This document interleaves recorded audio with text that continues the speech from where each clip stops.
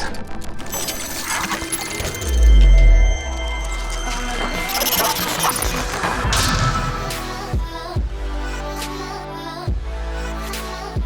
Welcome back, guys, to another Clash Royale video, and today we're going to be taking a look at the Sparky. Now unfortunately I don't have the Sparky yet myself, so I'm going to be featuring some replays from my fellow clan members. In this battle here on the bottom we have Tad from my clan, and on the top there we have Gina. Now the Sparky is one of the most controversial cards in the game. A lot of people that do have the Sparky say it's extremely underpowered and one of the worst legendaries in the game. And a lot of people that don't have the Sparky say it's extremely overpowered. So I want to hear from you guys, what do you think about the Sparky? Is it overpowered or is it underpowered? Please feel free to let me know in the comment section below. But so far in this battle, both players doing opposite pushes with their Royal Giants in the opposite lanes and doing some pretty decent damage to the towers. Now Tad was also able to get his bomber in there to get a couple hits on the tower, so he does have the damage lead so far in this battle. Now right here, both players are going to sit back a quick second, start building up that elixir. Tad's going to go ahead and use the Zap spell here to stun those archers and prevent any damage to his tower. Meanwhile, the musketeer going on the right hand side, but unfortunately she will be distracted by the tombstone, not getting any damage onto the tower.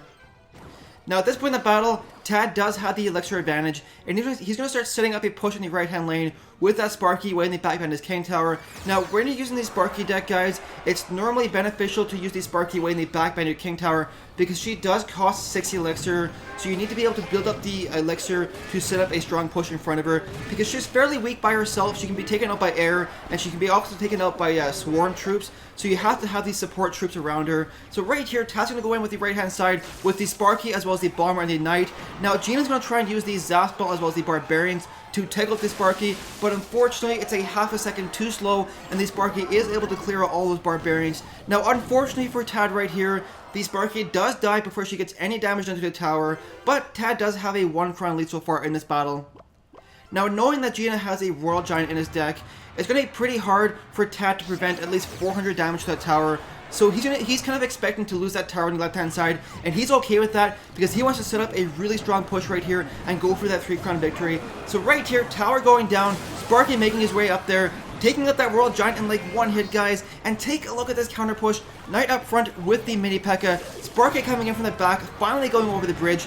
Royal Giant going down to distract both towers. The Sparky able to take out all those Barbarians in 1 single hit. And with 30 seconds left, guys, take a look at all of this offensive pressure that Tad is putting on here. This one Sparky that was played on defense is still alive, doing work. Gina is trying desperately to distract the Sparky and take her out, but unfortunately, all of the effort is in vain because the Musketeer and the Knight are able to take out the King Tower, giving Tad the 3 crown victory. Let's go ahead to the next replay here. So here we are, guys. On the bottom of this battle, we have Moon from my clan facing off against Chico on the top there. Now Moon is using a Royal Giant Sparky strategy. There's really 2 popular decks that are used with the Sparky right now, and that is the Giant Sparky strategy, and then there's the Royal Giant Sparky. Personally, in my opinion, I think the Royal Giant Sparky deck is a bit easier to use because the Royal Giant ends up standing right next to the Sparky, making it harder to take her out, whereas the Giant walks up ahead and ends up leaving the Sparky by herself, making it easier for somebody to take her out. Now right here, Moon is going to start setting up a push on the right hand side with the Royal Giant in front and the Sparky behind. And take a look at this, guys. Chico is going to go ahead and use the Barbarians here to try and distract the Sparky. And he actually does it pretty well because the Sparky takes 2 hits to take out all those Barbarians. And unfortunately for Moon, the Sparky isn't able to get 1 hit on the tower, but in the process, the Royal Giant by himself was able to do some pretty decent damage to that tower, bringing it down to 1600 health. Now right here, Moon going to go ahead and use these Barbarians to counter that Musketeer. Chico going to go ahead and use the Fireball to damage those Barbs, and both players right here pretty low in Elixir. Gonna sit back for a quick second and start building it up. Chico is gonna go ahead and place down his 2nd Elixir pump. Moon is gonna go ahead and place down his 1st Elixir pump and start getting the Elixir flowing for later on in the battle. Now right here, Chico is going to try and sneak in with a quick push on the left hand lane with the mini P.E.K.K.A. as well as some Spirit Goblins because he figures Moon is pretty low on the Elixir, but Moon defends is pretty well using the Ice Wizard to tank the mini P.E.K.K.A. as well as the minions to take it out. And now right here, Moon is going to start saving up some Elixir and then start setting up a push on the right hand side. Chico going in there with an Ice Wizard up front as well as a Musketeer in the back. And take a look at this Sparky right here, guys. The Sparky costs 6 Elixir, the Ice Wizard is 3, and the Musketeer is 4. So that's a 7 Elixir push by Chico, and the Sparky is able to take it out in one shot, guys. So that's pretty crazy. A 7 Elixir push taken out by one shot by a 6 Elixir Sparky. And the Sparky is still alive, and that means Chico will have to spend more Elixir to take it out. Now right here, Royal Giant going in there. Chico going to go ahead and use the Barbarians on a surround technique to take out that Sparky, and he does it pretty well. Now this is the challenge when defending against a Royal Giant Sparky push. Both of those cards by themselves are extremely strong, so putting them together you get a really strong push, and the margin of error for defending against that push is extremely small. If you make one mistake, you usually get punished by losing a tower, and you have to choose, do you want to spend your Elixir taking out that Royal Giant, or do you want to use your Elixir to take out that Sparky? Normally you want to take out the Sparky first, but usually in the process you take some damage to your tower by the Royal Giant. Now take a look at this right here, guys. On the right hand side, Chico is setting up a really strong push with the Golem up front, but take a look at this one Sparky, how much damage she does on defense, taking out both these Golemites in one hit, and this one Sparky is still alive, damaging all these troops. Now Chico is going to keep the pressure on and continue to pumping out troops. Now the Sparky, like I said, still alive, doing some pretty crazy damage on defense here, but Moon is in trouble. We are in overtime here. His tower is taking a bunch of damage, with the Fireball finally going down, bringing it all the way down to 135 health. But watch this, Moon is going to start setting up a pretty strong counter push right here with the Barbarian up front, the Ice Wizard, as well as the Princess, and Chico is going to try desperately to destruct this Royal Giant, but unfortunately it won't work out. The Royal Giant will make his way in there and give Moon the 1 crown victory. Let's go ahead to the next replay here. So here we are, guys. On the bottom from my clan, we have KP to Kid Gaming as a level 9, facing off against a level 10 Game Freak on the top there. And Kid is using the Giant Sparky strategy. So let's go ahead and see how this plays out. Kid is going to go ahead and place down the Sparky behind his King Tower and start setting up a slow push on the right hand lane. And as soon as that Sparky makes her way up to the bridge, Kid is going to go ahead and support her with a Giant up front to tank. Now the Giant Sparky strategy, guys, is extremely hard to defend.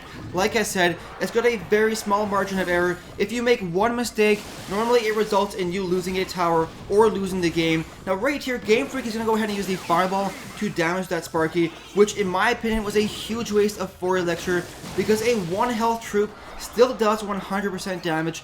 So unless you can actually kill a troop with a Fireball, I don't really think it's worth using. Now in the process there, Kid didn't do any damage to the opponent's tower, but he did win a huge Elixir trade. So right here, he's going to go with another push on the right hand side with the Mini P.E.K.K.A as well as the Goblins. Now unfortunately, Game Freak does have the Furnace to clear out all those Goblins, but the Mini P.E.K.K.A does manage to take out the Furnace, so it wasn't too bad. And right here, Kid setting up another push on the right hand side with that Sparky, and Game Freak once again making a huge mistake using the Fireball to damage that Sparky. And like I said, if you can't kill a troop with a Fireball, it's not really worth it in my opinion. And right here, Kid is setting up a really strong push with the Giant up front, the Sparky in the back, and then the Wizard for support. And Game Freak really doesn't have any Elixir left to defend. Down go the Spirit Goblins to try and take out the Sparky, but unfortunately the Wizard is right there to take him all out before the Sparky wastes his attack.